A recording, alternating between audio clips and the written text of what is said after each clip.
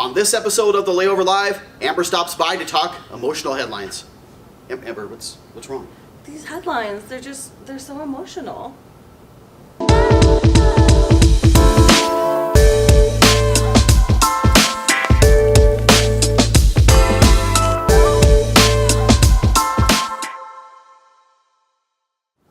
Hello everyone and welcome to episode 69 of the Layover Live, where we bring you the top article from the Layover each week.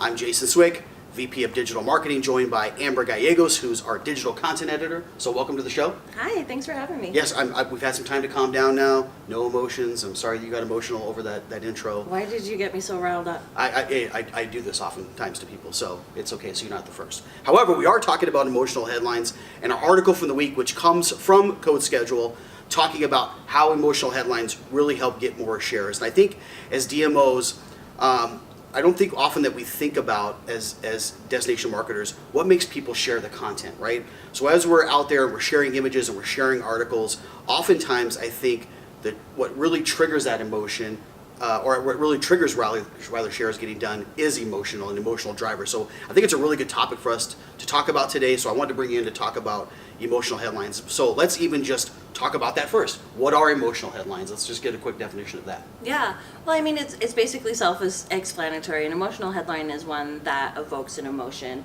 and usually a positive one. Mm-hmm. And the article from CoSchedule, the way they explain it is that emotional headline which evokes a positive emotion sets the reader up to anticipate some sort of benefit. Mm-hmm. So if they're anticipating a benefit, then they're more likely to click and go ahead and read that article. Yeah, it was pretty amazing, like going through the article, how it talks about when they ran their scans and ran their numbers, how you would think oftentimes negative emotion would trigger those things, but often positive seemed like it got the most shares as they were starting to go through that. So it was really interesting. So what are some of the headlines, or what are some emotions that and words that people can use in these headlines to really drive that emotion? Yeah,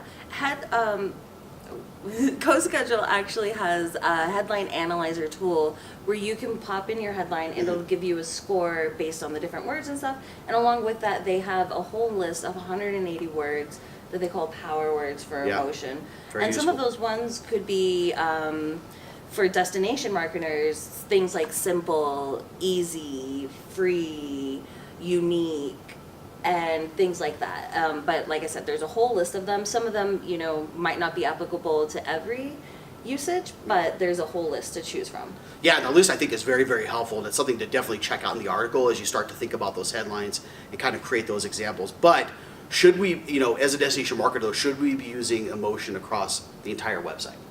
Not necessarily. When you think about it from a visitor's perspective, they might not really be so inclined to share, say, a things to do page from a city they've never been to. Right. But if you have a blog that has a really interesting topic with an emotional headline that captures them, they might want to share that just because it's interesting subject matter that really compels them in the dreaming phase of planning a vacation, where they're sharing it and saying, tagging a friend and saying we should go here or something like that. So I think really the place to reserve it is for your blogs, and a lot of times the main pages on a destination website have to be keyword rich and pretty self-explanatory, so you don't want to get too flowery there.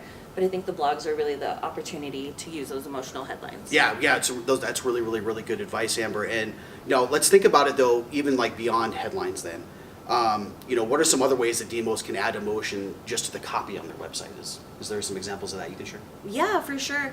Well, here at Simple View with our content creation, we always tell our clients that the place to really evoke emotion is within the copy on their main pages. So your things to do, events, restaurants, hotel pages, those really main navigation pages, tell a story that evokes emotion. Mm-hmm. And we always tell them to use sensory details so the reader can really imagine themselves in that destination through those sensory details, and all of a sudden they're hearing, seeing, feeling, imagining themselves there. So that's the opportunity to get creative. The headlines on those pages, should be self-explanatory, so they're not clicking on something and then landing on the page and the headline is so emotional that they're misled, but the copy evokes an emotion, and a positive emotion that sets them up to anticipate something positive at your destination. Yeah, that's a really good point, because I think as we start to think about those, we see it in video oftentimes, right? Those emotional drivers and things that pull us in. thinking about that in terms of our copy as well on the website is really good advice to give as well. So, Exactly. so good advice out there, something to keep in mind. Not only do emotions cause us to share, but positive emotions really give it that extra boost, right? So Amber, thanks for stopping by today. Really, really good stuff. Appreciate you coming by and sharing. Tune in each and every week. Please subscribe. If you like the content, listen to us on Spotify, listen to us on iTunes podcast. We love comments as well. See you next time, and have a great day.